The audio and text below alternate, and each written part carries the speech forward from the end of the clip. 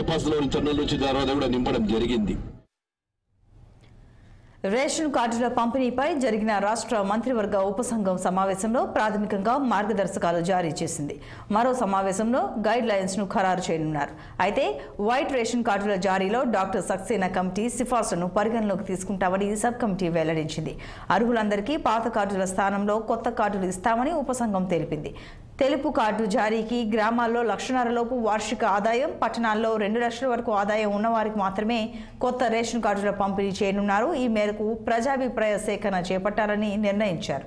మరోవైపు వచ్చే ఏడాది నుండి రేషన్ షాపుల ద్వారా సన్నబియ్యం పంపిణీ చేయాలని నిర్ణయించారు. కుటుంబ వివరాలతో ఆరోగ్యశ్రీ స్మార్ట్ కార్డులు అందజేస్తామని పౌర సరఫరాల శాఖ మంత్రి ఉత్తమ్ కుమార్ రెడ్డి తెలిపారు.